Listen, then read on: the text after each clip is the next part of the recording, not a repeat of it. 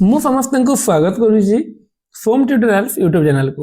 ଆଜିର କ୍ଲାସରେ ଆମେ ଆଲୋଚନା କରିବା ଯେ ପ୍ଲସ୍ ଥ୍ରୀ ଚତୁର୍ଥ ସେମିଷ୍ଟାର କୋର୍ 9 ପ୍ଲସ୍ ଥ୍ରୀ ଚତୁର୍ଥ ସେମିଷ୍ଟାର କୋର୍ 9 ର ୟୁନିଟ୍ 1 ଯେଉଁଥିରେ କି ରହିଛି ବାବାଜୀ ଜଗମୋହନ ଲାଲଙ୍କର ଏବଂ ତାର ପାର୍ଟ 2 ଉପରେ ଆମେ ଆଲୋଚନା କରିବା। ପାର୍ଟ 1 ଉପରେ ଆମେ ଅଲରେଡି ଆଲୋଚନା କରି ସାରିଛେ, ବର୍ତ୍ତମାନ ଆମେ ପାର୍ଟ 2 ଉପରେ ଆଲୋଚନା କରିବା ଏବଂ ପାର୍ଟ 1 ରେ ଆମେ ଜଗମୋହନ ଲାଲଙ୍କର ମାନେ ଜଗମୋହନ ଲାଲ ନାଟ୍ୟକାରଙ୍କର ପରିଚୟ ଉପରେ ଆମେ ଆଲୋଚନା କରି ସାରିଛେ ଏବଂ ପ୍ରଥମ ଅଙ୍କ ଆମର ସରି ଯାଇଛି। ବର୍ତ୍ତମାନ ଆମେ ଦ୍ୱିତୀୟ ଅଙ୍କ ଉପରେ ଆଲୋଚନା କରିବା। ପ୍ରଥମ ଅଙ୍କରେ ଆମେ ଦେଖିଥିଲା ଯେ କେଉଁଭଳି ଭାବରେ ସୁବଲ ପଟ୍ଟନାୟକଙ୍କର ଗୃହକୁ ତାଙ୍କର ବୈଠକଖାନା ବୋଧେ ନାହିଁ, ସୁବଲ ପଟ୍ଟନାୟକର ବୈଠକଖାନାକୁ ଏଇ ଯୋଉ ଯାଇଥିଲେ, ତାଙ୍କର ବୈଠକଖାନା ନା ସୁବଲ ପଟ୍ଟନାୟକର କୁଆଡେ ଗଲା, ସୁବଲ ପଟ୍ଟନାୟକର ବୈଠକଖାନାକୁ ଯାଇଥିଲେ, ସେଇ ପ୍ରସଙ୍ଗ ଆମେ ଦେଖିଥିଲା। ସୁବଲ ପଟ୍ଟନାୟକ ବୈଠକଖାନାକୁ ଗଲା ପରେ ସେଠାରେ ଆମେ ପୂଜାରୀ ଆନନ୍ଦ ପଣ୍ଡାଙ୍କ ପ୍ରସଙ୍ଗ ଦେଖିଥିଲା, ଯେଉଁ ପୂଜାରୀ ଆନନ୍ଦ ପଣ୍ଡାଙ୍କୁ ଇଏ ଖାଇବା ପାଇଁ ଦେବା ପାଇଁ ବାବୁ ସୁବଲ ପଟ୍ଟନାୟକ କହିଥିଲେ ଏବଂ ଉଭୟ ସେ ଜାଗାରେ ଯୀଶୁ ଭଟ୍ଟାଚାର୍ଯ୍ୟ ଏବଂ ସୁବଲ ପଟ୍ଟନାୟକ ଉଭୟ ମଦରେ ମାତାଲ ଥିଲେ। ଏବଂ ଏହି ଅଙ୍କର ଶେଷରେ ଆମେ ଦେଖିଥିଲା ଯେ ପୂଜାରୀ ଆନନ୍ଦ ପଣ୍ଡା କଣ କରୁଛି ଯେ ମହାରାଜଙ୍କୁ ବା ପୂଜାରୀଙ୍କୁ ଡାକୁଛି, ବାବାଜୀଙ୍କୁ ଡାକୁଛି ଯେ ଖାଇବା ପାଇଁ। ଏତିକି ଆମେ ଦେଖିଲା। ଦ୍ୱିତୀୟ ଅଙ୍କ ଆରମ୍ଭ ହେଇଛି ରଙ୍ଗଭୂମି ବାବୁ ସୁବଲ ପଟ୍ଟନାୟକଙ୍କର ବାବୁଙ୍କର ପିଣ୍ଡା, ସେ ଜାଗାରେ ପୂଜାରୀ ଖାଇବା ପାଇଁ ଦେବା ପାଇଁ ଆଣିଛି। ମହାରାଜ ଏଇଠାରେ ପିଣ୍ଡାର ଏକ ପାର୍ଶ୍ୱରେ ବସ, ଏହା କହି ଅଗ୍ରସର ହୋଇଛି ଏବଂ ଦାମା ସେ ସାଇଡରେ ଅଛି। ମାନେ ପୂଜାରୀ ର କାମ ଥିଲା କି କେମିତି ସେ ଯିଏ ଆସିଛି ତାଙ୍କ ଘରକୁ, କିଏ ଆସିଛି ମାନେ ସୁବଲ ପଟ୍ଟନାୟକ ଘରକୁ ଯୋଉ ଆସିଛି ବାବାଜୀ, ତାଙ୍କୁ ସେ ଖାଇବାକୁ ଦେବ ବୋଲିକି ପୂଜାରୀ କହୁଛି ଦାମା ଏ ବାବାଜୀକୁ କୁଆଡେ ତାନେ ରୋଷେଇ କରି ଖୋଇବି, ଆମେ ବାବୁ ଯିଏ ଯାହା ମାଗିଲେ କହିବ ଦେ। ଯେ ଜାଗାରେ ଗୋଟେ ପଟେ ମାନେ ଗୋଟେ ପଟେ ପୂଜାରୀ ବସେଇ ଦେଇଛି କାହାକୁ, ଯେ ବାବାଜୀଙ୍କୁ ବସେଇ ଦେଇଛି ଏବଂ ତାପରେ ପୂଜାରୀ ସାଇଡକୁ ଆସିକି ଦାମାକୁ କହୁଛି, ପୂଜାରୀ ଦାମାକୁ କଣ କହୁଛି, ଦାମା ଏ ବାବାଜୀକୁ କୁଆଡେ ତାନେ ରୋଷେଇ କରି ଖୋଇବି, ଏବେ କଣ ତାଙ୍କୁ ରୋଷେଇ କରିକି ଦେବି, ଆମ ବାବୁ ଯିଏ ଯାହା ମାଗିଲା, ସୁବଲ ପଟ୍ଟନାୟକ ଆମ ବାବୁ, ତାଙ୍କୁ ଯିଏ ଯାହା ମାଗିଲା ସେ କହିବ ଦେ। ଆମ ଦରମା ଦେଲା ବେଳକୁ ଖଟ ଖଟ ପାଉନା ବାଳା, 20 ଥର ଦୌଡ଼ିଲେ ପାଇବାର ମୁସ୍କିଲ, ବାବାଜୀ ବେଳକୁ ଦାତା ସେଣ୍ଡ ଓ ବଡ଼ ଲୋକିରେ ବାକି ନାହିଁ, ଭଲା ଏ କଣ ବୃତ୍ତି, ଯିଏ ଟେକା ଟେକି କହିଲା ସେ ନେଇ ଚାଲିଗଲା, ଆମ ଜଳକାଙ୍କ ପାଇଁ ବସିଥିବୁ, ସେ କଥା ଯାହା ହେଉ ଏଉଟା ଏତେବେଳକୁ କୁଆଡେ ଆସିଲା। ସେ ପୂଜାରୀ ଦାମାଙ୍କୁ କହିଛି ଏ ବାବାଜୀଟା କୁଆଡେ ଆସିଲା, ଏହାକୁ ରୋଷେଇ କରିକି ଖାଇବାକୁ ଦେବାକୁ ପଡିବ। ଓଲିକ ଯାକ ଖଟି ଖଟି ଶୋଇଥିଲି, ଏଉଟା ଆଉ କଣ୍ଟକ ହେଲା, ରହ ତାକୁ ହିନସ୍ତା କରି ମାରୁଛି, ଏ ବାବାଜୀକୁ ଏବେ ଆସିବାର ଥିଲା, ବେଲଟା ଯାକ ଖଟି ଖଟି ଅନ୍ୟମାନଙ୍କୁ ରୋଷେଇ କରିଛି ବୋଲିକି ପୂଜାରୀ କହୁଛି ଏବଂ ବାବାଜୀ ଏବେ ଆସିଲା, ତାକୁ ହିନସ୍ତା କରୁଛି ବୋଲି କହୁଛି ପୂଜାରୀ ଡାକିଛି ବାବାଜୀକୁ ଖାଇବା ପାଇଁ ଏବଂ ପୂଜାରୀର ଉଦ୍ଦେଶ୍ୟ ଥିଲା ଯେ ଏବେ ତ ହଇରାଣ ହେଇଛି ସେ, ତାକୁ ହିନସ୍ତା କରିବା ପାଇଁ। ଦାମା ଶୁଣିଲୁ ସ୍ୱର୍ଗକୁ ଶୁଣି ନାହିଁ, ବଡ଼ ଲୋକଙ୍କ ଉତ୍ତର ନାହିଁ, ସେମାନଙ୍କୁ ସବୁ ସାଜେ, ତୁ ଯେବେ ବାବାଜୀ ପାଇଁ ସିଧା ଆଣି ତାକୁ ଖାଇବାକୁ ନ ଦେବୁ, ବାବୁ ଶୁଣିଲେ ତୋର କି ଦଶା ହେବ, ଆଜି ତ କପାଳରେ ପାଲି ଗୁଡ଼ାଏ ଅଛି। ଯେ ଦାମା କହିଲା, ପୂଜାରୀ ଆନନ୍ଦ ପଣ୍ଡାକୁ କହିଲା, ପୂଜାରୀ ତୁ ଯଦି ଖାଇବାକୁ ଯଦି ବାବାଜୀକୁ ନ ଦେବୁ, ଦେନ୍ ତୁ ଯୋଉ ସୁବଲ ପଟ୍ଟନାୟକ ଠାରେ ଯୋଉ କାମ କରୁଛୁ, ବାବୁ ଶୁଣିଲେ ତୋର କି ଅବସ୍ଥା ହେବ ତୁ ଜାଣିଛୁ। ପୂଜାରୀ ବାବୁ ଆଉ ନାହାନ୍ତି ଯେ ଧନ, ପୂଜାରୀ କହିଛି ବାବୁ ଶୁଣିଲେ ମୋର କି ଅବସ୍ଥା ହେବ ବୋଲି ମତେ କହୁଛୁ ଦାମା, ବାବୁ ଆଉ ନାହାନ୍ତି, ମଦରେ ସେ ମରିକି ଶୋଇଲେଣି, ଆଉ ଡର କଣ ତାକୁ, ସେ ମଦରେ ପିଇକି ଶୋଇ ପଡିଛନ୍ତି, ଆଉ କାହାକୁ ଡରିବୁ। ଦାମା ବୁଝିଲୁ, ବୈଷ୍ଣବ ଆହାର ମୁଖା ହେଇ ଆସିଛି, ଖାଇବାକୁ ନଦେଲେ ତାହାର କୋହ ତୋ ଉପରେ ପଡିବ। ଯେ ବୈଷ୍ଣବ ବୋଲି କୁହାଯାଇଛି ପୂଜାରୀକୁ, ସେ ଭୋକରେ ଆସିଛି, ଯଦି ଖାଇବାକୁ ନ ଦେବୁ ଦେନ୍ ତୋ ଉପରେ କୋହ ପଡିବ। ପୂଜାରୀ କହୁଛି ଏପରି କେତେ ବାବାଜୀ ଦେଖିଛି, କେତେ ଜଣକୁ ହିନସ୍ତା କରିଛି, ବ୍ରାହ୍ମଣ ଉପରେ କୁଆଡେ ବୈଷ୍ଣବର କୋହ ପଡିବ, ବ୍ରାହ୍ମଣ ମୋ ଉପରେ ଏହାର ବୈଷ୍ଣବର କୋହ ବାବାଜୀର କୋହ ପଡିବ, ସେ ଯେମନ୍ତେ ମୋ ନିଦ ଭଙ୍ଗେଇଲା ସେମନ୍ତେ ମୋ କୋହ ତା ଉପରେ ପଡିବନି, ବାବାଜୀ ମୋ ନିଦ ଭାଙ୍ଗିକି ମତେ ହଇରାଣ କରୁଛି ରନ୍ଧେଇବା ପାଇଁ, ମୋ କୋହ ତା ଉପରେ ପଡିବନି, ତୁ କହୁଛୁ ତା କୋହ ମୋ ଉପରେ ପଡିବ, ଆଚ୍ଛା ରହ ମୁଁ ଆଗେ ଟିକେ ରଙ୍ଗ କରେ। ଦାମା ହଉ ବାବୁ ତୋ ମନକୁ ଯା ଆସେ କର, ତୋତେ କିଏ ପାରିବ, ବାବୁଙ୍କୁ ତ ପାଠ ପଢେଇ ଦଉ, ଆମେ କି ଛାଡ଼। ଦାମା କହିଲା ପୂଜାରୀକୁ, ଠିକ ଅଛି ତୁ ଖାଇବାକୁ ଦେ ତାକୁ, ନହେଲେ ନାଇଁ ତୁ ତ ବାବୁଙ୍କୁ ପାଠ ପଢେଇ ଦଉଛୁ, ମୁଁ ତ ଛାଡ଼ ଲୋକ, ମୁଁ କଣ କହିବି ତତେ। ପୂଜାରୀ ମହାରାଜ ଅନ୍ନ ଅଛି ତିଅଣ ନାହିଁ, କଣ ଦେଇ ଖାଇବ, ଶୁକୁଆ ହବ।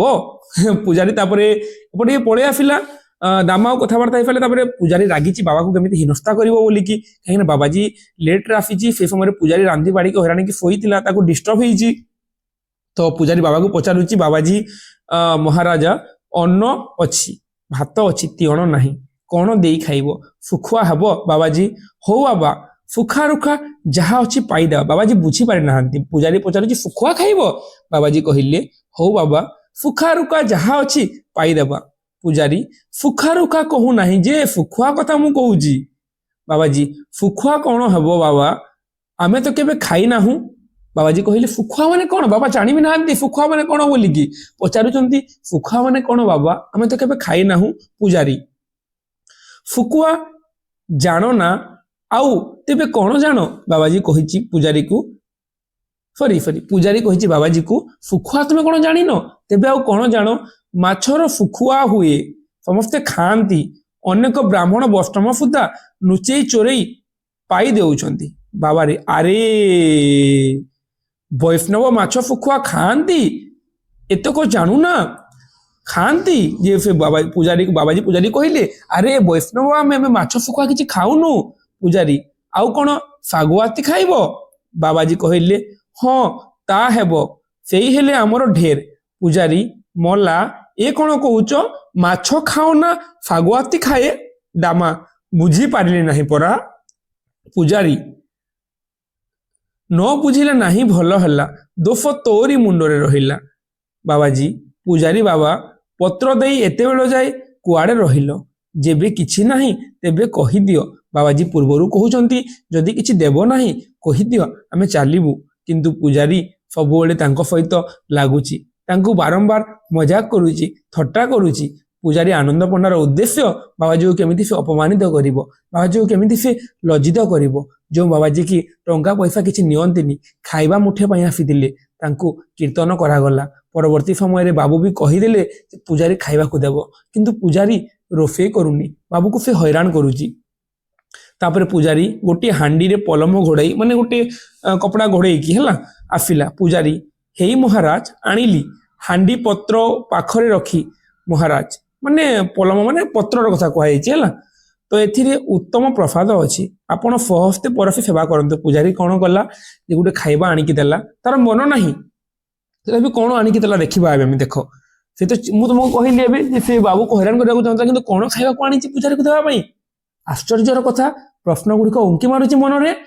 ଯିଏ ଦେଇଦେଲା ତା ଉପରେ ଗୋଟେ ପତ୍ର ଢଙ୍କା ହେଇଛି, ନିଅ ବାବା ଖାଅ। ବାବାଜୀ ଆଚ୍ଛା ବାବା। ବାବା ଖୁସି ହେଲେ ଖାଇବା ପାଇଁ, କାହିଁକିନା ବହୁତ ବେଳେ ସେ ଭୋକରେ ଅଛନ୍ତି। ଯେତେବେଳେ ପତ୍ର କାଢ଼ିଲେ ଗୋଟିଏ କୁକୁଡ଼ା ବାହାରିଲା।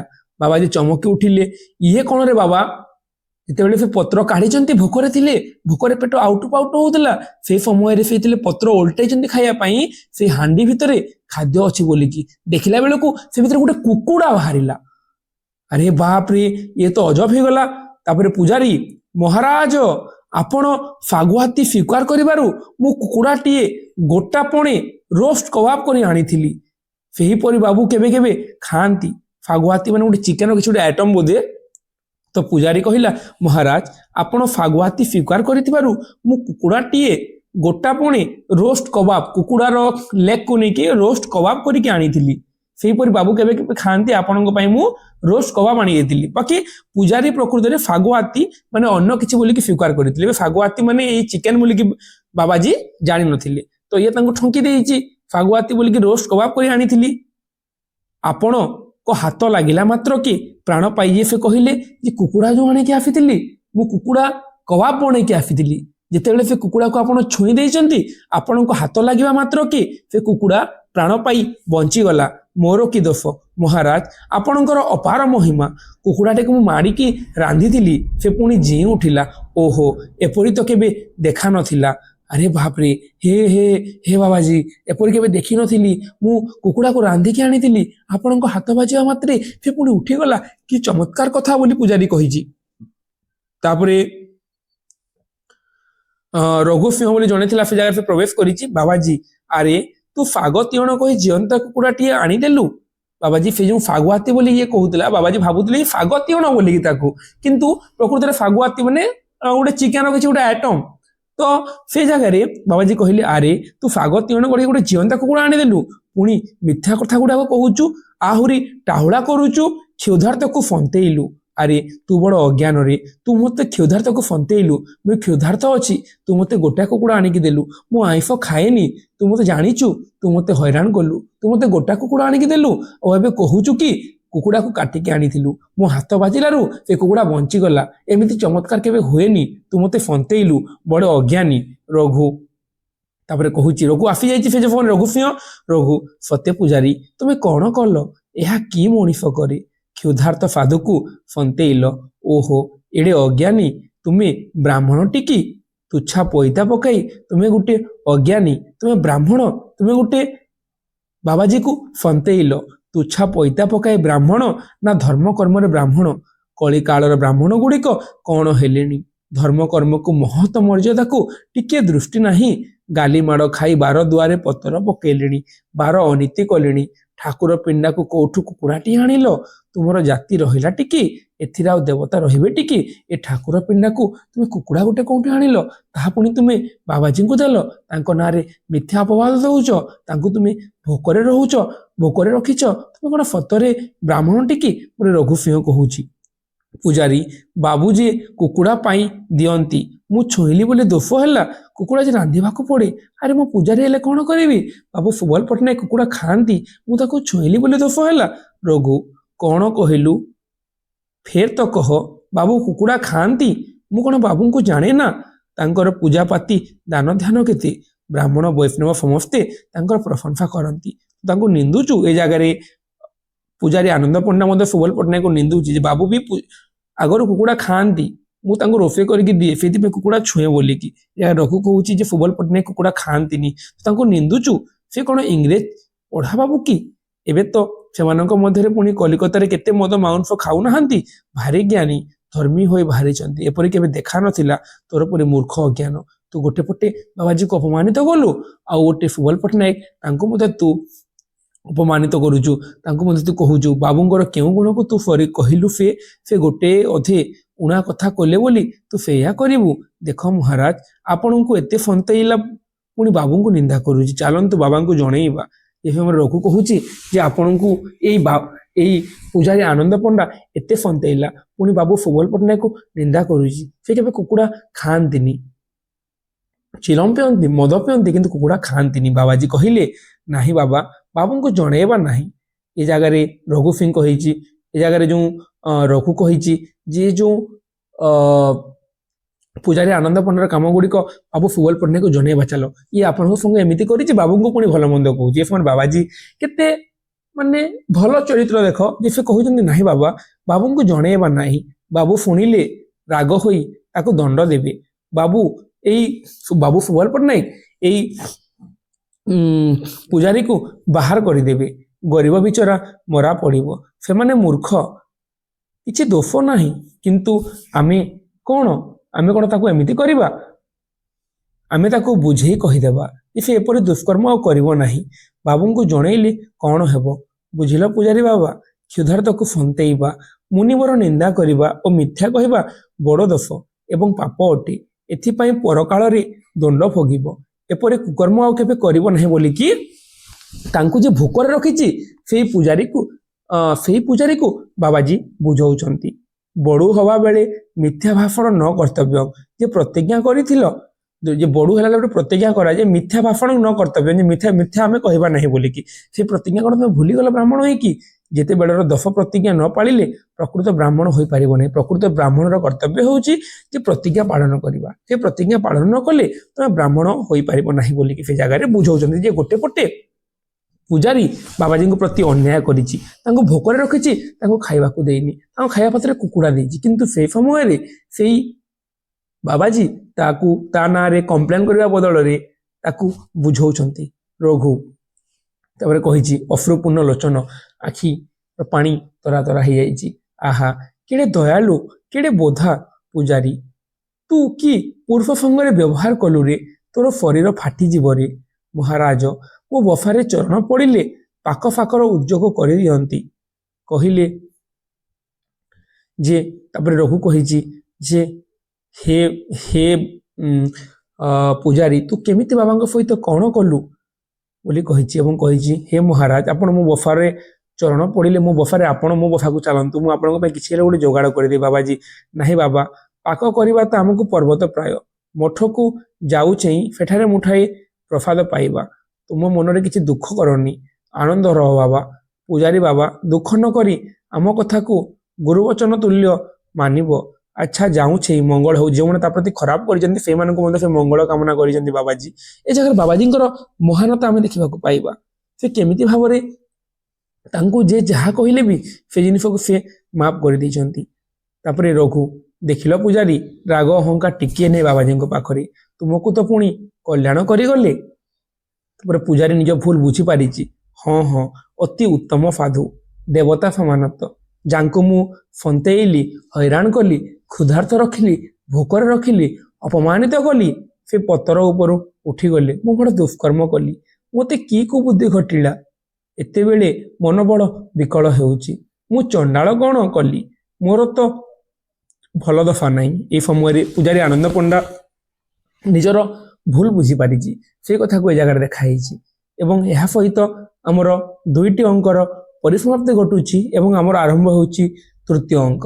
ଦ୍ୱିତୀୟ ଅଙ୍କ ଆମେ ଆଲୋଚନା କଲା ଯେ ପ୍ରଥମ ଅଙ୍କରେ କ'ଣ ହୋଇଥିଲା ପ୍ରଥମ ଅଙ୍କରେ ବାବୁ ସୁବଲ ପଟ୍ଟନାୟକ ଘରକୁ ଆସିଛନ୍ତି କିଏ ବାବାଜୀ ଆସିଛନ୍ତି ଖାଇବା ପାଇଁ ସୁବଲ ପଟ୍ଟନାୟକ ସେ ଜାଗାରେ କ'ଣ କରିଛନ୍ତି ଯେ ନିଜେ ମଦ୍ୟପାନ କରିଛନ୍ତି। ତା ସହିତ ଆମେ ଦେଖିବା ଯେ ବାବାଜୀକୁ ସେ ଭଜନ ଗାଇବା ପାଇଁ କହିଛନ୍ତି ଯୀଶୁ ଭଟ୍ଟାଚାର୍ଯ୍ୟକୁ ସେ ବଜାଇବା ପାଇଁ କହିଛନ୍ତି ଲାଷ୍ଟରେ ସେ ସେଥିରେ ଶୋଇ ପଡ଼ିଛନ୍ତି ମଦରେ ବେହୋସ ହେଇଯାଇଛନ୍ତି ଏବଂ କାହାକୁ କହିଛନ୍ତି ଯେ ପୂଜାରୀକୁ କହିଛନ୍ତି ଖାଇବାକୁ ଦେବା ପାଇଁ ଏବଂ ଏଇ ଦ୍ୱିତୀୟ ଅଙ୍କରେ କ'ଣ କରିଛି ପୂଜାରୀ ବାବାଜୀକୁ ଅପମାନିତ କରିଛି ତାଙ୍କୁ ଖାଇବାକୁ ଦେଇନି ତାଙ୍କୁ କହିଛି ଚିକେନ ଦେଇଛି ବୋଲିକି ଆଉ ଆପଣ ଛିଇଁଲେ ବୋଲି ସେଟା ବଞ୍ଚିଗଲା ବୋଲିକି ତାଙ୍କ ନାଁରେ ଅପପ୍ରଚାର କରିଛି ତାଙ୍କୁ କ୍ଷୁଧାର୍ତ ରଖିଛି ତାଙ୍କୁ ଭୋକିଲା ରଖିଛି ଏବଂ ଲାଷ୍ଟ ଏତିକି ଭୋକିଲା ରଖି ସାରିଲା ପରେ ବି ବାବାଜୀ କେବେ ହେଲେ ମଧ୍ୟ ପୂଜାରୀ ବିରୁଦ୍ଧରେ କିଛି କହିନାହାନ୍ତି କି ଯାଇକି ସୁବଲ ପଟ୍ଟନାୟକ ସେ ଅଭିଯୋଗ କରିନାହାନ୍ତି ସବୁ ଜିନିଷକୁ ସହିଛନ୍ତି ଏବଂ ଆଗକୁ ଏମିତି କରିବନି ବୋଲି କହିଛନ୍ତି ଏବଂ ଏଇ ଦ୍ୱିତୀୟ ଅଙ୍କର ପରିସମାପ୍ତିରେ ଯେଉଁ ପୂଜାରୀ ଆନନ୍ଦ ପଣ୍ଡା ଯିଏକି ବାବାଜୀଙ୍କୁ ଅପମାନିତ କରିଥିଲା ସେ ନିଜର ଭୁଲକୁ ବୁଝିପାରିଛି ସେତିକି ଆମର ଦ୍ୱିତୀୟ ଅଙ୍କର ପରିସମାପ୍ତି ଘଟୁଛି। ତାପରେ ଆସୁଛି ଆମର ତୃତୀୟ ଅଙ୍କ। ଦ୍ୱିତୀୟ ଅଙ୍କ ସରିଗଲା ବାବୁଙ୍କର ବୈଠକଖାନାରେ 2ଟା ଅଙ୍କ ସରିଲା ପ୍ରଥମ ଅଙ୍କ ଦ୍ୱିତୀୟ ଅଙ୍କ ତାପରେ ତୃତୀୟ ଅଙ୍କ କସ୍ମିନ୍ ମଠର ଦାଣ୍ଡ ଘର ଗୋଟେ ମଠ ବାବାଜୀଙ୍କର ମଠରେ ପ୍ରବେଶ ବାବାଜୀ ମଠରେ କେହି ଅଛ ବାବା ବୀର ବୋଲି ଗୋଟେ ଚରିତ୍ର କ'ଣ ମହାରାଜ ଦଣ୍ଡବତ ବାବାଜୀ ମଙ୍ଗଳ ହେଉ ବାବା ଭୋଜନ ମାଗୁଛି ବାବାଜୀ ବହୁତ ଭୋକିଲା ସେ ଭୋଜନରୁ ସେଇ ଜାଗାରୁ ମଧ୍ୟ ଫେରିଛନ୍ତି ଭୋକିଲା ହେଇକି ଏବେ ପୁଣି ଗୋଟେ ମଠକୁ ଆସିଛନ୍ତି ଖାଇବା ପାଇଁ ତାଙ୍କୁ ଖାଲି ଭୋଜନ ଦରକାର ଆଉ କିଛି ବି ଦରକାର ନାହିଁ ସେ ଭୋଜନ ଗଣ୍ଡାକୁ ମଧ୍ୟ ସେ ପାଇପାରି ନାହାନ୍ତି। ବୀର ମହନ୍ତ ମହାରାଜଙ୍କ ପଳଙ୍ଗ ଲାଗି ହୋଇଛନ୍ତି ଏତେବେଳେ ତାଙ୍କ ଛାମୁକୁ ଯାଇପାରିବେ ନାହିଁ ଅଧିକାରୀ ଆସୁଛନ୍ତି ତାଙ୍କୁ ଭୋଜନ ମାଗିବ ମହାରାଜ ମୁଁ ତ ମହନ୍ତଙ୍କ ଆଶା ବରଦାର ମୋ ଦେହି କ'ଣ ହେବ। ଏ ଜାଗାରେ ଯେତେବେଳେ ମଠକୁ ଆସିଲେ ସେ ଜାଗାରେ ମଠରେ କିଏ ଯେ ବୀରସିଂହ ବୋଲି ଗୋଟେ ଚରିତ୍ର ଥିଲା ସେ ବୀରସିଂହକୁ ସେ ଭୋଜନ ମାଗିଲେ ତ ବୀରସିଂହ କହିଲା ମହନ୍ତ ମହାରାଜ ଆମର ଯେଉଁ ମଠର ଯେଉଁ ମହନ୍ତ ସେ ମାନେ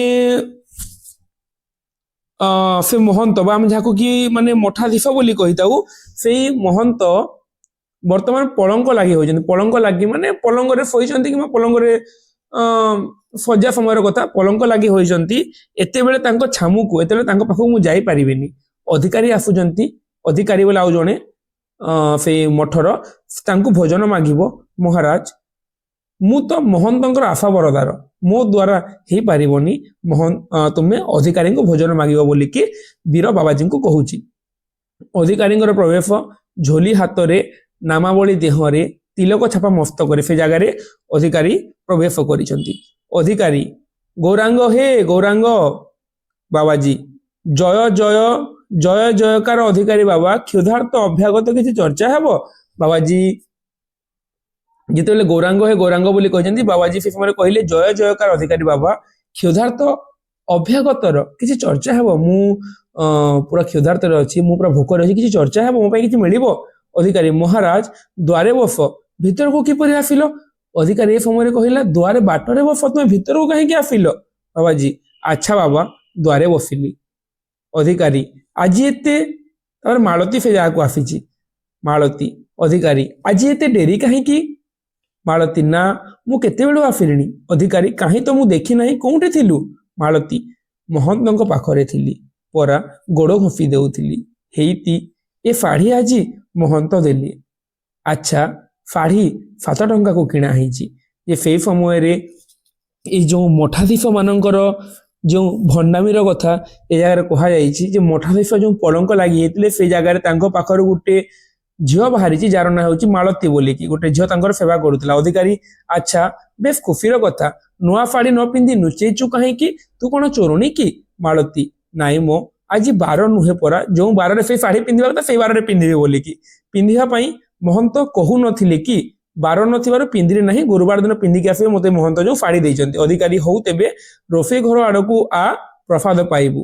ମାଳତୀ ମୁଁ ଘରକୁ ଯାଉଛି, ଶାଢ଼ୀ ଘରେ ରଖି ଆସି। ଯେତେବେଳେ ଅଧିକାରୀଙ୍କୁ ଗୋଟେ ପଟେ ଭୋକିଲା ବାବାଜୀ ଖାଇବାକୁ ମାଗୁଛନ୍ତି, ତାଙ୍କୁ ଖାଇବାକୁ ଦେଇନାହାନ୍ତି ଅଧିକାରୀ, ଏବଂ ଅନ୍ୟପଟେ ମହନ୍ତଙ୍କ କୋଠରୀରେ ଯେଉଁ ଝିଅ ମାଳତୀ ବାହାରିଛି ସେ ମାଳତୀକୁ ଖାଇବା ପାଇଁ ଡାକୁଛନ୍ତି ଅଧିକାରୀ। ମାନେ ଭାବି ଦେଖ ଯେ ସେଇ ଗୋଟେ ବାବାଜୀଙ୍କୁ କେତେ ଭୋକିଲା ରଖାଯାଇଛି ଏ ଜାଗାରେ। ଅଧିକାରୀ ମୋ ତ ଶାଢ଼ୀ କିଏ ଛଡ଼େଇ ନେଉଛି, ପ୍ରସାଦ ଶୁଖିଯିବେ, ଆଗେ ପ୍ରସାଦ ପାଇବୁ ଆଉ ପଛେ ପ୍ରସାଦ ମାନେ ଶୁଖିଯିବ, ମାନେ ପ୍ରସାଦ ସରିଯିବ, ତୁ ପ୍ରଥମେ ପ୍ରସାଦ ପାଇବୁ ବୋଲି ମାଳତୀକୁ ଡାକୁଛନ୍ତି। ଏକା ନଟମେ କାମ ସାରିଯା ମାଳତୀ, ତେବେ ପ୍ରସାଦ ଦିଅ ଘରକୁ ନେଇଯିବି, ମୁଁ ଅବିକା ଖାଇବି ନାହିଁ। ମାଳତୀ କହିଲା କି ମୋତେ ଯେମିତିକି ମାନେ କହନ୍ତି ଥିଲା ବାଲାକୁ ସାହାଯ୍ୟ ତେଲିଆ ମୁଣ୍ଡରେ ତେଲ ବୋଲିକି, ଯାହାକୁ ଖାଇବା ଦରକାର ନାହିଁ ତାହାକୁ ଅଧିକାରୀ ଜବରଦସ୍ତି ଡାକିକି ଖାଇବାକୁ ଦଉଛି, କିନ୍ତୁ ଯେଉଁ ବାବାଜୀ ତାଙ୍କ ପାଖକୁ ଆସିକି ଦ୍ୱାରରେ ବସିଛି ଭୋକିଲାରେ ତାକୁ ଏମାନେ ଖାଇବାକୁ ଦେବାକୁ ନାରାଜ। ଅଧିକାରୀ କାହିଁକି କହନା ମୋ ରାଣଟି ସତ କହିବୁ, ତୁ କାହିଁକି ଖାଇବୁନି ବୋଲିକି ଅଧିକାରୀ ମାଳତୀକୁ କହୁଛି। ମାଳତୀ ଆଜି ମୁଁ ଗୋଟାଏ ଦୋଟି ପିଠା ଖାଇ ଆସିଛି, ପ୍ରସାଦ ପଛେ ପାଇବି। ଅଧିକାରୀ ଏହି ସିନା ଆ ଅଳ୍ପ ମୁଠିଏ ଖାଇବୁ ଆଉ ମୁଠିଏ ତୋ ମା ପାଇଁ ନେଇଯିବୁ, ଆ ମୋ ରାଣ। ଅଧିକାରୀ ସେ ମାଳତୀକୁ ଡାକୁଛି ଆ କିଛି ଖାଇବୁ ଆଉ କିଛି ତୋ ମା ପାଇଁ ନେଇଯିବୁ। ମାଳତୀ ଚାଲ ଯାଉଛି, ଏଣେ ରାଣ କାହିଁକି ପକଉଛୁ? ଅଧିକାରୀ ଯେତେବେଳେ ମାଳତୀକୁ ରାଣ ପକେଇଛି ମାଳତୀ ଆସିଛି। ଅଧିକାରୀ ବୀର ପ୍ରତି ଆରେ ଯାଉଁ ତୁ ବାବାଜୀକୁ କହିଦେବୁ ପଙ୍ଗତ ବଢ଼ିଲାଣି, ଆଉ କିଛି ମିଳିବନି। ଅଧିକାରୀ ଗୌରାଙ୍ଗ ହେ ପୁନର୍ପୁନଃ ଉଚ୍ଚାରି ମାଳତୀ ସହିତ ପ୍ରସ୍ଥାନ। ଯେ ଏ ଜାଗାରେ ଅଧିକାରୀ କହିଦେଇଛି ବୀରକୁ ଯେ ତୁ ଯା, ଯେ କହିଦେବୁ ବାବାଜୀକୁ ଆଉ କିଛି ମିଳିବନି ବୋଲିକି। ଅଧିକାରୀ କହିଦେଇଛି କାହାକୁ? ବୀରକୁ କହିଦେଇଛି ତୁ ଯା ବାବାଜୀକୁ କହିଦେବୁ ଆଉ କିଛି ମିଳିବନି ବୋଲିକି। ଏବଂ ଅଧିକାରୀ ଏବଂ ମାଳତୀ ଏ ଦି ଜଣ ଖାଇବାକୁ ବାହାରିଛନ୍ତି। ବୀର ଓହୋ ଧର୍ମ ଉଠିଗଲା। ରାମଦାସର ପ୍ରବେଶ ଗଞ୍ଜା ଖାଇ ଖାଇ, ସେ ଜାଗାରେ ଗଞ୍ଜେଇ ଖାଇକି ରାମଦାସ ପ୍ରବେଶ କରିଛି। ବାବାଜୀ ମହାରାଜ ଅଧିକାରୀ ତ କିଛି, ରାମକୁ କହିଛନ୍ତି ମହାରାଜ ଅଧିକାରୀ ତ କିଛି ଉତ୍ତର ନ ଦେଇ ଚାଲିଗଲେ, ଆମ କଥା କିଛି ହେବ? ରାମ ଗଞ୍ଜେଇ ଚିଲମ ବଢେଇକି ଦେଇଛି, ତାଙ୍କୁ ଖାଲି ଗଞ୍ଜେଇ ଚିଲମ ଦିଆଯାଉଛି ବାବାଜୀଙ୍କୁ। ନିଅ ମହାରାଜ। ବାବାଜୀ କହିଲେ ଆମର ତ ହୁଏ ନା, ସେ ସବୁର ଆମେ କିଛି ଧାରୁନା।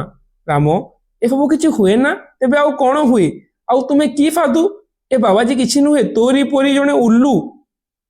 ମାନେ ଏ ସମୟରେ ଗୋଟେ ଉଲ୍ଲୁ ବୋଲିକି କୁହାଯାଇଛି ବାବାଜୀଙ୍କୁ। ରାମ ଗୋଟେ ତାଙ୍କୁ ଉଲ୍ଲୁ ବୋଲି କହିଛି। ବୀର ହଉ ଆମର ତ ତା ସମ୍ମତ, ତୁମେ ଏ ବାବାଜୀ ପାଇଁ ମୁଠିଏ ପ୍ରସାଦର ଉଦ୍ଯୋଗ କରିଦିଅ। ଅଧିକାରୀ ମନା କଲେ ତୁମେ ଭଲା ଦୟା କର, ଉଲ୍ଲୁ ବ୍ୟକ୍ତି ଦୟାର ପାତ୍ର ଘୃଣାର ପାତ୍ର ନୁହେଁ। ରାମ ଯେତେବେଳେ ଗଞ୍ଜେଇ ଦେଇଛି ବାବାଙ୍କୁ, ସେ ଯେତେବେଳେ ମନା କରିଛନ୍ତି ସେ ସମୟରେ ରାମ କହୁଛି ତାଙ୍କୁ ଉଲ୍ଲୁ ବୋଲିକି। ସେ ସମୟରେ ବୀର ସିଂହ କହୁଛି କି ହଁ ସେ ଉଲ୍ଲୁ ହେଇଥାଇ ପାରନ୍ତି, ତାଙ୍କୁ ଅଧିକାରୀ ଖାଇବାକୁ ଦେବାକୁ ମନା କଲେ, ତୁମେ ତାଙ୍କ ପାଇଁ ମୁଠିଏ ଖାଇବାର ବ୍ୟବସ୍ଥା କରିଦିଅ। ରାମ ସତ୍ୟ, କିନ୍ତୁ 4-5 ଜଣ ବାଉଁରାଣୀ କନଫା ନେଇ ଆସି ବଗିଚାରେ ବସିଲେଣି, ସେଠାକୁ ହରିଗୋବିନ୍ଦ ଦାସ ହେରିକା ଗଲେଣି, ସେମାନଙ୍କୁ ପ୍ରସାଦ ଦେଲା। ଯେ ସେ ରାମ କହିଛି ଠିକ ଅଛି ବାବାଜୀକୁ ଦେବା, କିନ୍ତୁ 4-5 ଜଣ ଆସିଛନ୍ତି, ସେମାନଙ୍କୁ ପ୍ରସାଦ ଦେଲା ଉତ୍ତାରେ ବାବାଜୀଙ୍କୁ ଆଣିକି ଦେବି। ସେମାନେ ମଠର ଆଶ୍ରିତ, ସବୁ କାମରେ ସେମାନେ ମଠର ସବୁ କାମ କରନ୍ତି, ପ୍ରଥମେ ତାଙ୍କୁ ଖାଇବାକୁ ଦେବି, ତାପରେ ଯଦି ବଳିବ ଆସିକି ଆମେ ବାବାଜୀକୁ ଦେବା ବୋଲି କହିଲେ। ସେମାନଙ୍କ ପରି ମନୋଯୋଗ ଦେଇ କେହି ଖଟିବ ନାହିଁ, ସେମାନଙ୍କୁ ଆଗେ ନ ଦେଇ ଫାଲତୁ ବାବାଜୀକୁ କିଏ ଦେବ?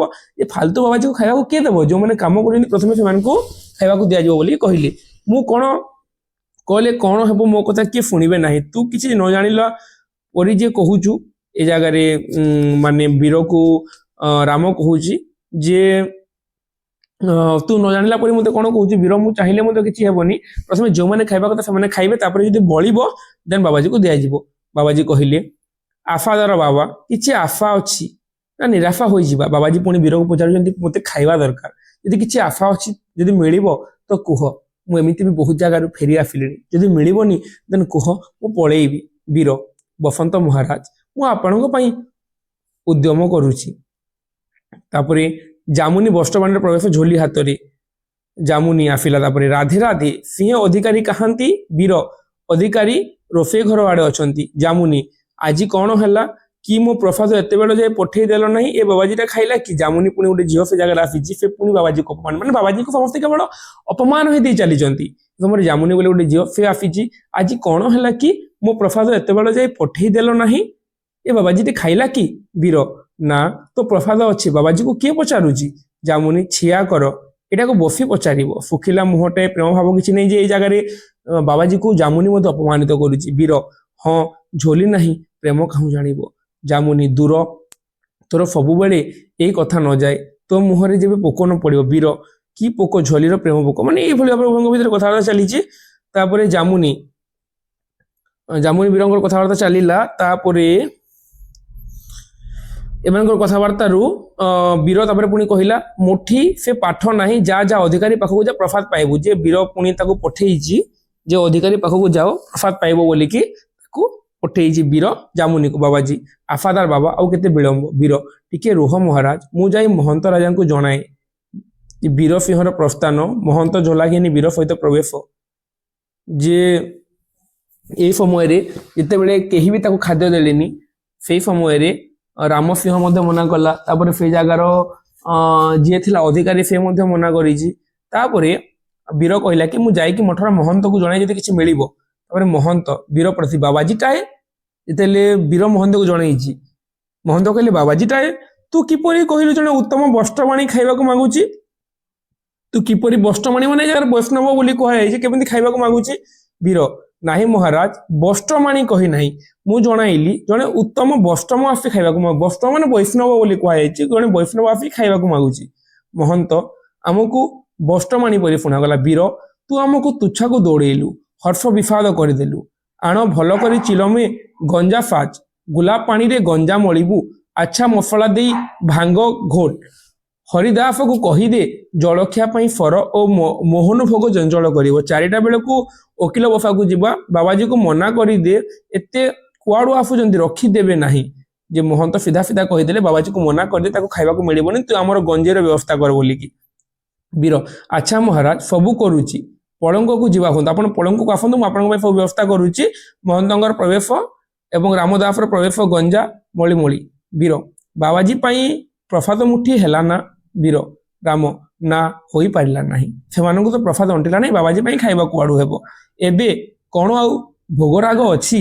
ପୁଣି କାଲିଠାରୁ ଫେରେ ଚାଉଳ ଉଣା ହୋଇଛି। ଠାକୁରଙ୍କର ପେଟ କାଟ, ଅଭ୍ୟାଗତକୁ କିଏ ପଚାରେ? ଗଞ୍ଜା ଯେତେ ଚାହିଁ ମୁଁ ଦେଇପାରେ, ସେ ତ ଉଦ୍ଯୋଗ ନୁହେଁ। ଆମକୁ ଗଞ୍ଜା ଅଫି ମିଳିଲେ ଅନ୍ନ ହେଲେ କେତେ ନହେଲେ କେତେ, ତୁ ସେ ସବୁର ମହାତ୍ମ୍ୟ କଣ ବୁଝିବୁ? ରାମଦାସର ପ୍ରସ୍ଥାନ। ରାମଦାସ କହୁଛି ଯେ ଖାଇବାକୁ ତ ନିଜ ଲୋକଙ୍କୁ ମିଳୁନାହିଁ, ବାବାଜୀଙ୍କୁ କୋଉଠି ମିଳିବ? ଯଦି ଗଞ୍ଜା କଥା ବା ଗଞ୍ଜେଇ କଥା କହିବେ ତେଣୁ ମୁଁ କିଛି ଆଣି ଦିଅନ୍ତି, କିନ୍ତୁ ଖାଇବା କୋଉଠୁ ଆଣିବି? ଖାଇବା ହେଇପାରିବନି। ବୀର ମହାରାଜ ବାବାଜୀ ପ୍ରତି କହିଲା, ମହାରାଜ ପ୍ରସାଦ ନାହିଁ, ମୁଁ ବଡ଼ ବୁଦ୍ଧି ହୁଡ଼ିଲି, ଅକାରଣେ ଆପଣଙ୍କୁ ଅଟକେଇଲି, ମୋ ଦୋଷ କ୍ଷମା କରିବା ହେବେ। ମୋଠି ପଇସାଟିଏ ଅଛି, ଅଙ୍ଗୀକାର କଲେ ଦିଅନ୍ତି, ଆପଣ ତାକୁ ନେଇକି କିଛି ଖାଇଦେବେ, ମୁଁ ଆପଣଙ୍କୁ ଏତେ ଅପେକ୍ଷା କରାଇଲି। ବୀର କହିଲା ରାମଠାରୁ ବି ମିଳିଲାନି, ଅଧିକାରୀ ଠାରୁ ବି ମିଳିଲାନି, ସମସ୍ତେ ଆସିକି ବାବାଜୀକୁ ଅଟକେଇଲେ, ମହନ୍ତ ମଧ୍ୟ ମନା କରିଦେଲେ, ଖାଇବାକୁ ମିଳିଲାନି, ମୋର ଦୋଷ କ୍ଷମା କରେ। ବାବାଜୀ କହିଲେ ନାହିଁ ବାବା। ବାବାଜୀ ଏତେ ହେଲା ପରେ ବି ଶାନ୍ତ ସରଳ ନିଷ୍କପଟ ନିରୀହ ଶାନ୍ତିରେ ଉତ୍ତର ଦେଉଛନ୍ତି, ନାହିଁ ବାବା ତୋର କି ଦୋଷ? ତୁ ଅଭ୍ୟାଗତ ପାଇଁ ଅନେକ ଯତ୍ନ କଲୁ, ତୁ ମୋ ପାଇଁ ବହୁତ ପ୍ରଚେଷ୍ଟା କଲୁ, ଏଥିମଧ୍ୟରେ ତୁ ଜଣେ ମନୁଷ୍ୟ ଆଉ ବାକି ସମସ୍ତେ ଅମନୁଷ୍ୟ। ଆହୋ କି ଦୁରାଚାର, ମଠରେ ବି ଏମିତି ବ୍ୟବହାର, ମଠରେ ବି ଏମିତି, ବୈଠକଖାନାରେ ତ ଏମିତି ହେଇଥିଲା, ମଠରେ ବି ଏମିତି ବ୍ୟବହାର, ଖାଇବା ଗଣ୍ଡାକୁ ମିଳିଲାନି, ତୋ ପଇସା ଥାଉ, ତୋ ପ୍ରତି ଆମେ ସନ୍ତୁଷ୍ଟ, ଏ ସ୍ଥାନ ତୋର ଯୋଗ୍ୟ ନୁହେଁ ରେ ବୋଲି ବାବାଜୀ ବୀରକୁ କହିଲେ। ବୀର କଣ କରିବି ମହାରାଜ, ପେଟ ପାଇଁ ଏଠାରେ ପଡ଼ିଛି, ଆମ କଥା ଯେ କହିଲ, ଆମେ ଦୁଃଖୀ ଗୃହୀ ଲୋକ, ପିଲା ବାଲକଙ୍କ ଚିନ୍ତାରେ ଦିନ ଯାଏ, ସେମାନଙ୍କର ତ ସେ ଚିନ୍ତା ନାହିଁ, ପୋଲାରେ ଖାଇ ମେଲାରେ ଗୌଡ଼ଉଛନ୍ତି, ମନ ଇଚ୍ଛା ମୌଜ କରୁଛନ୍ତି, ମୁଁ ବାଧ୍ୟ ହୋଇକି ଏ ଜାଗାରେ ରହିଛି ବୋଲିକି କହିଲେ। ତାପରେ ଏଥିପାଇଁ ସେମାନଙ୍କର ବାବାଜୀ ହେବାର ଭାବ କିଛି ବ୍ୟକ୍ତ ନାହିଁ। ପୁଣି ଗୋଟେ ଆଚମ୍ବିତ କଥା ହେଲା ଯେ କେହି ଝୋଲାଝାଡ଼ି ଗୌରାଙ୍ଗଙ୍କ ମତରେ ସୌଖ୍ୟା ପରକ୍ଷା ରହିଲେ, ତ ଏଇ ଜାଗାରେ ସେ କହୁ ମାନେ ମାନେ ସେ ଗୃହୀ ଲୋକ ପଇସା ନ କମେଇଲେ କେମିତି ରହିବୁ, ସେଥିପାଇଁ ବାଧ୍ୟବାଧକତାରେ ସେଠି ପଡି ରହିଛନ୍ତି ମହନ୍ତଙ୍କ ମଠରେ ବୋଲିକି ବୀର କହିଛି ବାବାଜୀ। ନା ନା, ଏହା କିପରି ହୋଇପାରେ? ଏ ଜାଗାରେ ସେ ଯୋଉ ମାନେ ଲାଷ୍ଟରେ କହିଛି ଯୋଉ ଯେ ଗୌରାଙ୍ଗ ମାନେ ଭଗବାନଙ୍କ କଥା କୁହାଯାଇଛି। ଗୌରାଙ୍ଗଙ୍କ ମତରେ ଫକିଆ ପରକିଆ ବିଧି ଅଛି, ପରକିଆ ନହେଲେ ପ୍ରେମ ଉପଜିବ ନାହିଁ ମହାରାଜ ବୋଲିକି ଏ ଜାଗାରେ କୁହାଯାଇଛି। ତ ବାବାଜୀ ନା ନା, ଏହା କିପରି ହୋଇପାରେ? ମହାତ୍ମା ଚୈତନ୍ୟଙ୍କର ଅନ୍ୟ ନାମ ହେଉଛି ଗୌରାଙ୍ଗ। ସେ ପ୍ରେମ ଧର୍ମର ପ୍ରଚାର କରନ୍ତି। ତାଙ୍କ ତୁଲ୍ୟ ଈଶ୍ୱର ପ୍ରେମୀ ଅନ୍ୟ କେହି ହେବାର ବିରଳ, କିନ୍ତୁ ତାଙ୍କର ତ ପରକିଆ ନଥିଲା, ବରଂ ସେ ସ୍ତ୍ରୀ ସମ୍ପର୍କ ବିବର୍ଜିତ ସନ୍ନ୍ୟାସୀ ଧର୍ମ ଗ୍ରହଣ କରିଥିଲେ। ଯେ ଏଇ ଜାଗାରେ ଯୋଉ ମାନେ ବୀର ଯୋଉ କହିଛି ଯେ ସେମାନଙ୍କର କିଛି ବାକି ମାନଙ୍କ କଥା କହିଛି, ଏ ଯୋଉ ମହନ୍ତ ବାକି ମାନଙ୍କ ସେମାନେ ପୋଲାରେ ଖାଇକି ମେଳାରେ ଗୌଡୁଛନ୍ତି, ଏଥିପାଇଁ ସେମାନଙ୍କର ବାବାଜୀ ହେବାର କିଛି ବ୍ୟକ୍ତ ନାହିଁ। ପୁଣି ଗୋଟାଏ ଆଚମ୍ବିତ କଥା ଏହି ଯେ କେହି ଝୋଲାଧାରୀ କହନ୍ତି ଗୌରାଙ୍ଗଙ୍କ ମତରେ ଫକିଆ ପରକିଆ, ଯେ ସେଇ ଭିତରୁ କେତେ ଜଣ ଗୋରାଧାରୀ କହନ୍ତି ଯେମାନେ କଣ ଯେ ପଇସା ପତ୍ର ଏଫ୍ କରିକି ମଠରେ ବ୍ୟବଚାର କଥା କୁହାଯାଇଛି, ନିଜ ପତ୍ନୀକୁ ଛାଡିକି ଅନ୍ୟ ପତ୍ନୀ ସହିତ ଲୀଳା ଖେଳାର କଥା କୁହାଯାଇଛି। ଫକିଆକୁ ଛାଡିକି ପରକିଆ ମାନେ ନିଜ ପତ୍ନୀ ଫକିଆ, ଅନ୍ୟ ପତ୍ନୀ ସହିତ ସମ୍ପର୍କ ରଖିବାର କଥାକୁ ପରକିଆ ବୋଲି କୁହାଯାଇଛି। ତ ଏଇ ଜାଗାରେ ମାନେ ସେ କହୁଛନ୍ତି ଯେ ପରକିଆ ପ୍ରିୟତରେ ବୁଡି ରହନ୍ତି ଏବଂ ଗୌରାଙ୍ଗଙ୍କ ମତରେ ଫକିଆ ପରକିଆରେ ବିଧି ଅଛି, ପରକିଆ ନହେଲେ ପ୍ରେମ ଉପଯୋଗ ନାହିଁ ବୋଲିକି ଅନ୍ୟମାନେ କହନ୍ତି ବୋଲିକି କିଏ କହିଛି? ଯେ ବୀର ବାବାଜୀଙ୍କୁ କହିଛି। କିନ୍ତୁ ବାବାଜୀ ବୁଝାଉଛନ୍ତି ଯେ ଏମିତି ହେଇପାରିବନି। ମହାତ୍ମା ଚୈତନ୍ୟଙ୍କର ଅନ୍ୟ ନାମ ଗୌରାଙ୍ଗ, ସେ ପ୍ରେମ ଧର୍ମର ପ୍ରଚାର କରନ୍ତି। ତାଙ୍କ ତୁଲ୍ୟ ଈଶ୍ୱର ପ୍ରେମୀ ଅନ୍ୟ କେହି ହେବାର ବିରଳ, କିନ୍ତୁ ଗୌରାଙ୍ଗଙ୍କର ତ ପରକିଆ ପ୍ରୀତି ନଥିଲା। ସେ ନିଜ ସମ୍ପର୍କ ବିବର୍ଜିତ ନିଜ ପତ୍ନୀକୁ ତ୍ୟାଗ କରିକି ମଧ୍ୟ ସନ୍ନ୍ୟାସ ଧର୍ମ ଗ୍ରହଣ କରିଥିଲେ। ପରକିଆ ମତଟି କେତେକ ଲମ୍ପଟ ଗୋସ୍ୱାମୀଙ୍କର ସ୍ୱକଳ୍ପିତ ମତ ଅଟେ। ଇଏ ଯୋଉ ପରକିଆ କଥା କହିଲ, ଏଇଟା କେତେକ ଲମ୍ପଟ ଗୋସ୍ୱାମୀଙ୍କର ମତ ବୋଲିକି, ତାହା ଶାସ୍ତ୍ରୋକ୍ତ କିମ୍ବା ଚୈତନ୍ୟଙ୍କ ମତ ନୁହେଁ। ଏ ଯୋଉ ପରକିଆ ପ୍ରୀତି ଶାସ୍ତ୍ର ମତ ଦେଇନି, ସେଇଟା ଶାସ୍ତ୍ର ମତ ଦେଇନି କିମ୍ବା ଚୈତନ୍ୟଙ୍କ ମତ ନୁହେଁ, ସେଇଟା ନିଜ ମତ, କେତେକ ଲମ୍ପଟ ଲୋକମାନଙ୍କର ମତ। ପରକିଆ ମହାପାପ ଏବଂ ପାପରୁ ପବିତ୍ର ପ୍ରେମ, ଏ ପରକିଆ ହଉଛି ମହାପାପ। ଏ ଯୋଉ ପରକିଆ କଥା କହିଲ, ପରକିଆ ଫକିଆ ପରକିଆ ବିଧି ଯୋଉ, ଏଇ ପରକିଆ ମହାପାପ ଏବଂ ପରକିଆରୁ କେବେ ହେଲେ ମଧ୍ୟ ପ୍ରେମ ଉପୁଜିବ ନାହିଁ ବୋଲି କହିଲି। ତୁ ଏଥିରେ ମତି ଦେବୁ ନାହିଁ ବାବା। ଆଉ ଝୋଲା ଯାହା ଦେଖୁଛୁ ତାକୁ ଜପତପ ପୂର୍ବକ ଭକ୍ତି ପୂର୍ବକ ଗୋପନରେ କରିବାର ଶାସ୍ତ୍ରରେ ଲେଖେ। କଥାରେ କହନ୍ତି ଏ ହାତ ପୁଣ୍ୟ ଯେପରି ହାତ ନ ଜାଣେ, ଝୋଲା ଘେନି ସକଳ ବୁଲିବା ବିପରୀତ ରାମ ନାମ ସବୁ। তো এই জায়গাରେ ମାନେ ବାବା ବିଭିନ୍ନ ଦୋହାର ବର୍ଣ୍ଣନା ଦେଇଛନ୍ତି ଏବଂ ଦୋହାରେ କହିଛନ୍ତି ମନ କା ଫେରତ ଜନମ ଗୟା ନ ଆୟା ମନ କା ଫେର କର କା ମାନ କା ଛୋଡ କର ମନ କା ଫେର। ଏହାର ଅର୍ଥ ବୁଝିପାରିବ ନାହିଁ ପରା, ମାଲି ଫେରାଉ ଫେରାଉ ଜନ୍ମ ଗଲା କିନ୍ତୁ ମନର ଫେର ନ ଗଲା, ଅତଏବ ହାତରେ ମାଲି ଛାଡି ମନର ମାଲି ଜପ। ମାନେ এই ଜାଗାରେ ଯୋଉ ଫକିଆ ପରକିଆର କଥା କୁହାଯାଇଛି, এই ଜିନିଷକୁ ମାନେ ବାବାଜୀ ନାପସନ୍ଦ କରିଛନ୍ତି ବୀର।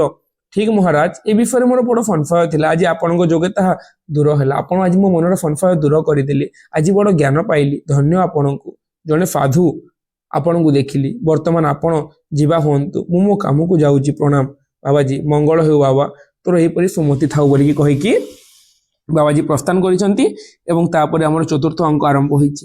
ତ ପ୍ରଥମ ଅଙ୍କ ଉପରେ ଆମେ ଆଲୋଚନା କରିଥିଲା ପୂର୍ବ କ୍ଲାସରେ, ଯୋଉଥିରେ ଦେଖିଥିଲା ଯେ କେଉଁଭଳି ଭାବରେ ବାବାଜୀ ସୁବଲ ପଟ୍ଟନାୟକ ଗୃହକୁ ଆସିଛନ୍ତି। ସୁବଲ ପଟ୍ଟନାୟକ ଗୃହରେ ସେ ତାଙ୍କ ସହିତ ତାଙ୍କ ପାଖକୁ ଆସିଛନ୍ତି, କିନ୍ତୁ ପରବର୍ତ୍ତୀ ସମୟରେ ଏ ଯୋଉ ବାବାଜୀ କାହା ଦ୍ୱାରା ଯେ ପୂଜାରୀ ଆନନ୍ଦ ପଣ୍ଡା ଦ୍ୱାରା ଅପମାନିତ ହୋଇଛନ୍ତି, ସେଇ ଜିନିଷ ଆମେ ଦେଖିବାକୁ ପାଇବା ଦ୍ୱିତୀୟ ଅଙ୍କରେ। ଅପମାନିତ ହେଲା ପରେ ତାପରେ ତୃତୀୟ ଅଙ୍କରେ ପୁଣି କଣ ସେ ଗୋଟେ ମଠକୁ ଆସିଛନ୍ତି, ମଠର ମହନ୍ତ ଅଧିକାରୀ ରାମଦାସ ତାଙ୍କୁ କେହି ବି ତାଙ୍କୁ ଖାଇବାକୁ ଦେବାକୁ ନାହାନ୍ତି। ବୀର ସିଂହ ବହୁତ ଚେଷ୍ଟା କରିଛି, କିନ୍ତୁ ଚେଷ୍ଟା କଲେ ମଧ୍ୟ ତାଙ୍କୁ ଖାଇବାକୁ ମିଳିନି। ସେଇ ଜାଗାରେ ନାରୀମାନଙ୍କ ସହିତ ଯୋଉ ପରକିଆ ସମ୍ବନ୍ଧର କଥା ବର୍ଣ୍ଣନା କରାଯାଇଛି, କେଉଁଭଳି ଭାବରେ ମଠର ମହନ୍ତ ମାନେ ଲମ୍ପଟ ଥିଲେ, କେଉଁଭଳି ଭାବରେ ମଦ୍ୟପାନ କରୁଥିଲେ, କେଉଁଭଳି ଭାବରେ ଗଞ୍ଜେଇ ପିଉଥିଲେ, କେଉଁଭଳି ଭାବରେ ସୁରା ପାନ କରୁଥିଲେ, ସାକ୍ଷୀ ମାନଙ୍କ ନାରୀମାନଙ୍କ ସହିତ ଅନୈତିକ ସମ୍ପର୍କ ରଖିଥିଲେ, ସେ ସବୁ ବର୍ଣ୍ଣନା ଆମେ ଦେଖିବାକୁ ପାଇବା କୋଉ ଜାଗାରେ ଯେ ତୃତୀୟ ଅଙ୍କରେ। ତୃତୀୟ ଅଙ୍କ ପର୍ଯ୍ୟନ୍ତ ବାବାଜୀଙ୍କର ଚରିତ୍ର ଚିତ୍ରଣ କରାଯାଇଛି। ବାବାଜୀ କେବଳ ଅନ୍ୟ ମାନେ ମୁଖ୍ୟ ଚରିତ୍ର ଏ ଜାଗାର ଏବଂ ବାବାଜୀ ଚରିତ୍ରକୁ କେନ୍ଦ୍ର କରିକି ବାକି ଚରିତ୍ର ମାନେ ତାଙ୍କ ପଟେ ଘୁରି ବୁଲିଛନ୍ତି। ଏବଂ ତିନୋଟି ଅଙ୍କ ଯେ ଦେଖିଲେ ବାବାଜୀ ମୁଠେ ଖାଇବାକୁ ପାଇନାହାନ୍ତି, କିନ୍ତୁ ସେ କାହାକୁ ଭୁଲ କହିନାହାନ୍ତି। ସବୁବେଳେ ସେ ସତ୍ ମାର୍ଗରେ ଗତି ଚାଲିଛନ୍ତି, କାହାଠାରୁ ପଇସା ନେଇନାହାନ୍ତି, କେବଳ ତାଙ୍କୁ ମୁଠେ ଖାଇବା ଦରକାର, କିନ୍ତୁ ସେ ମୁଠେ ଖାଇବା ମଧ୍ୟ ସେ ପାଇନାହାନ୍ତି। ଶେଷରେ ସେ ସେଠାରୁ ଫେରି ଆସିଛନ୍ତି। ସେତିକି ବର୍ଣ୍ଣନା ଆମେ ତୃତୀୟ ଅଙ୍କ ଯାଇ ଦେଖିଲା ଏବଂ ତାପରେ ଆଉ ଗୋଟେ ଅଙ୍କ ଚତୁର୍ଥ ଅଙ୍କ ବା ଲାଷ୍ଟ ଅଙ୍କ ଆମର, এটা ଆମେ ନେକ୍ସଟ କ୍ଲାସରେ ଆଲୋଚନା କରିବା। ଆମର ଦୁଇଟା ପାର୍ଟ ସରିଲା, ଆଉ ଗୋଟେ ପାର୍ଟରେ ଆମର ଏଇ ଚତୁର୍ଥ ଅଙ୍କ ସାରିଦେବା, ତିନିଟା ପାର୍ଟ କମ୍ପ୍ଲିଟ। ତାପରେ ଆଉ ଗୋଟେ ପାର୍ଟରେ ଚରିତ୍ର, ଆଉ ଗୋଟେ ବିଷୟବସ୍ତୁ, ଆଉ ଗୋଟେ ଦିଟା ପାର୍ଟରେ ଟୋଟାଲ ମୁଁ ତୁମକୁ ବାବାଜୀ ସାରିଦେବି। ତ ଆଶା କରୁଛି ତୁମକୁ ଯୋଉ ଦୁଇଟା ପାର୍ଟ ପଢେଇଲି ତୁମେ ବୁଝିପାରୁଥିବ ବୋଲି। ଯଦି କୌଣସି ଜିନିଷ ଡାଉଟ ରହୁଥିବ ଦେନ୍ ତୁମେ ମୋତେ କମେଣ୍ଟ କରିକି ପଚାରି ପାରିବ। ତ ଭିଡ଼ିଓଟିକୁ ଶେଷ ପର୍ଯ୍ୟନ୍ତ ଦେଖିଥିବାରୁ ସମସ୍ତଙ୍କୁ ହୃଦୟରୁ ଧନ୍ୟବାଦ। ଜୟ ଜଗନ୍ନାଥ, ଜୟ ମା ସମଲେଇ। ପୁଣି ଦେଖା ହେବା ଆମେ ଆଗାମୀ ଭିଡ଼ିଓରେ।